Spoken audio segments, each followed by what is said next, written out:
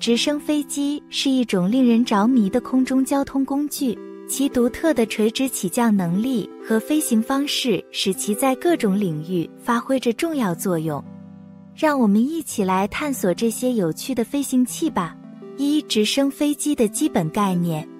直升飞机是一种能够垂直起降和悬停在空中的飞行器，它们通过旋翼提供的向上推力来飞行。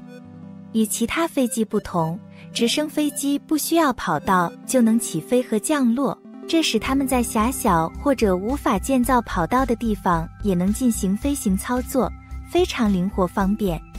构造和工作原理。旋翼。直升飞机的最显著特征是顶部的旋翼。这个旋翼是一个巨大的扇叶，其周围的旋转产生了提供飞机升力所需的空气动力。旋翼通过引擎驱动，带动整个飞机垂直起降和水平飞行。控制方式。直升飞机的飞行控制通过调整旋翼的角度和速度来实现。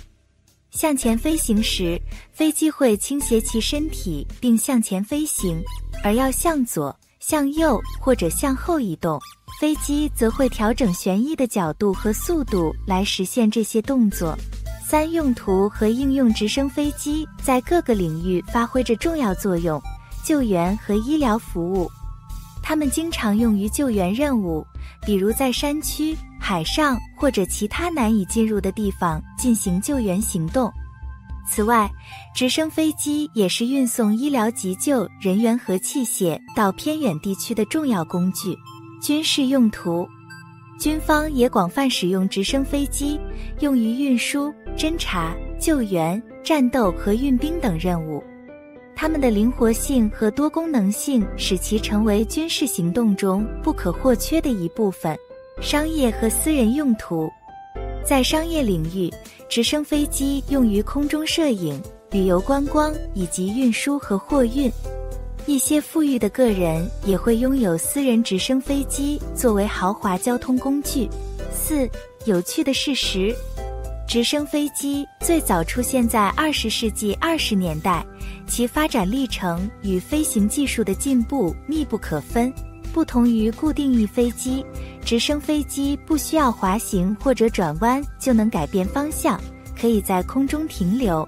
一些直升飞机可以携带重型货物，比如建筑材料或者机械设备，用于高空建筑或者紧急维修工作。结语。直升飞机以其独特的飞行方式和多功能性在航空领域扮演着重要角色。它们不仅为我们提供了便捷的交通方式，还在紧急情况下提供了重要的救援和支持。希望通过这些介绍，你对直升飞机有了更多的了解。